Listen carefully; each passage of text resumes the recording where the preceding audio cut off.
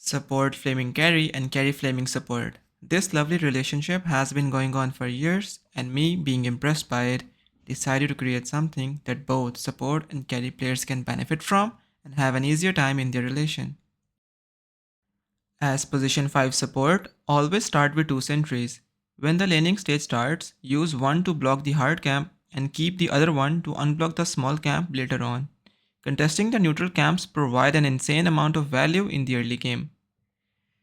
If the hard camp is not blocked, the enemy support can punish the lane really hard by pulling the hard camp and forcing you to play around that area, while denying the creep experience and bringing the creep wave close to their tower.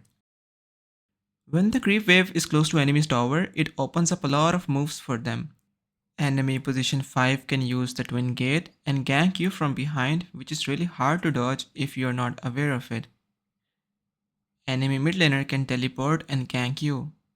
Or enemy position 4 can rotate on map while his offlaner enjoys the wave experience and gold.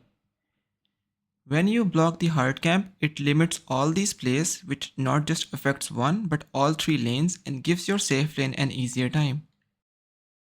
Trading is an important part of the laning stage. While trading as a support, don't lose sight of your position. There are simple rules that you can follow to have a better idea about when my hero can take good trades. While trading, make sure you're in a position where your carry can connect to you and enemy's offlaner cannot. Other than that, when you have more creeps than enemy in the lane and you fight with the enemy hero, you'll most likely win the trade. Similarly, carry should keep an eye on the support and try to connect to take a 2 versus 1 trade. Taking trades around each other and hitting the same target together will always help you have an advantage in the laning phase. Most carry players already lose their lane as soon as it starts. Safe lane is not all about trying to last hit the enemy creep and denying your creeps as soon as possible to keep the wave close to your tower. As you can see, Jugger is only trying to last hit the enemy creeps and in return taking a lot of damage from the creeps and right click of enemy hero. Although this might work when you have a strong lane, but when you're weak compared to enemy heroes on the early levels, you have to play the lane according to the matchup. This is a hard matchup because a melee carry is laning against 2 ranged heroes, and they can always outdamage the carry with right click. There are 2 right ways to play it. The first way to play such matchup is Jugger takes creep aggro and brings the first creep wave in his tower, so the enemy heroes cannot right click Jugger and Jugger will not lose HP at all. I know the tower will push out the wave and then the lane will be on the enemy's side, but it doesn't matter in the early levels.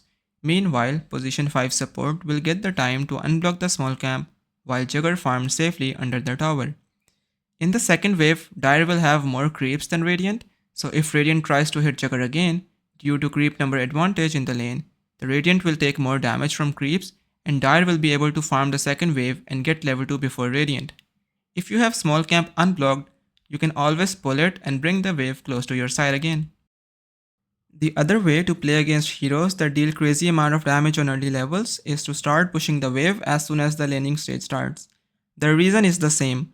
When you push the lane, it gets hard for enemy heroes to fight with you because you have creep number advantage, and the enemy will struggle to trade attacks with you. It doesn't matter if you miss a few creeps. What do you think is more valuable? You losing 2 creep last hits or you losing all your HP and standing AFK in your tower, flaming your position 5 even though he isn't even wrong? Well, at least in some cases. While the carry is pushing the wave, position 5 support should keep the enemy's position 4 support busy, so the carry can play the waves without any pressure. After pushing the wave and having creep number advantage, you can simply take creep aggro and bring creeps closer to you. And then again, take aggro and bring creeps closer to your new wave. Again, enemy heroes can't do anything about it because you will have more creeps, and if they trade with you, they will lose more HP than you. You are going to keep repeating this, and there's going to be a time when you will have so many creeps in the lane that they will go into enemy's tower. This will allow your position 5 support to unblock the small camp easily and pull the creep wave. Around Lotus timing, which is 3 minutes, you will push the creep wave again so you can easily secure the Lotus while the enemy team has to deal with all your creep wave. Remember, all of this is possible when you communicate with your lane partner on how you want to play the lane. You play daily with so many different players with different playstyle. So it is really hard for support players to know what my carry wants to do and how he wants to play the lane. If you're not telling your support how you wanna play and expect him to understand your playstyle, then I have a bad news for you. You're not winning most of your lanes. As position 5 support, it is really important to play on the correct side of the lane. One simple way to understand whether I should play on the left side or the right side of the lane is by looking at the enemy's position for support. If enemy's position for support can harass your carry, then play on the same side of the enemy support and take 1v1 with them, so that your carry can have an easier early lane. To give you an idea of this, some of the strong position 4 supports that can harass your carry too much are Tekis and Pugna. Basically any ranged hero that can damage with right clicks and spells. If enemy's position 4 cannot harass your carry directly, then you should play opposite to enemy support. In this matchup of Lich Gyro versus DP and Tusk, Lich should be playing at the right side of the lane because Tusk cannot directly harass Gyro. If Lich is playing on the right side, Lich can easily harass that Prophet, and if Tusk come close to Lich, Gyro and Lich both can use their spells and right click damage on Tusk, and Tusk won't be able to contest anything.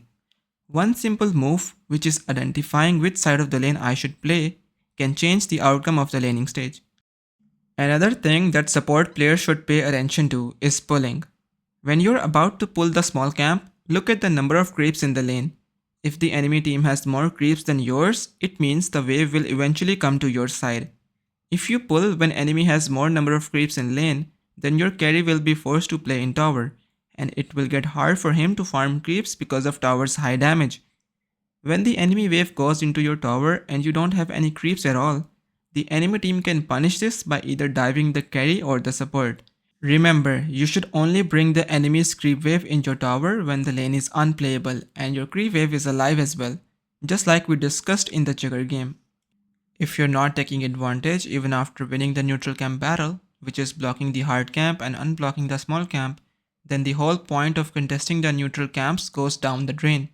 When position 5 support is making high value plays on the map, like securing power rune or ganking other lanes, the carry needs to respect that and play a bit safer in the lane. To understand this better, look at this example.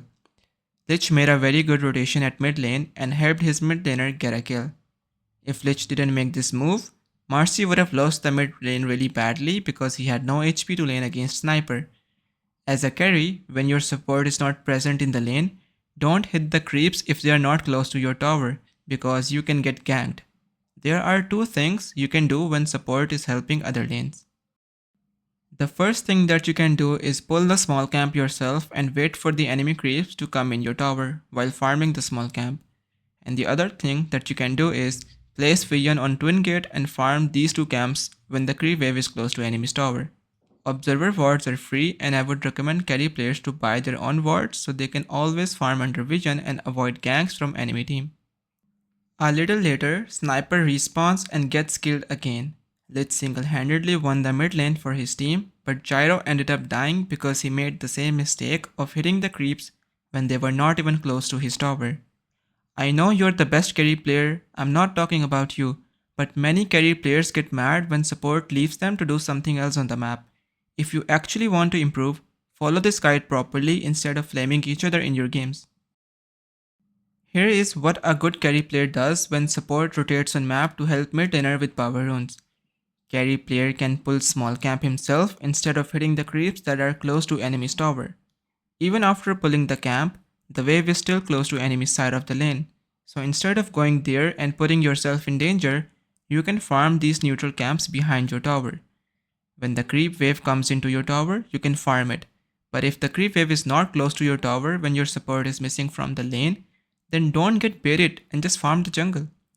Minute 6 to minute 10 is when enemy position 4 and mid laners are looking to gank side lanes because they have power rune and there's like reduced night vision.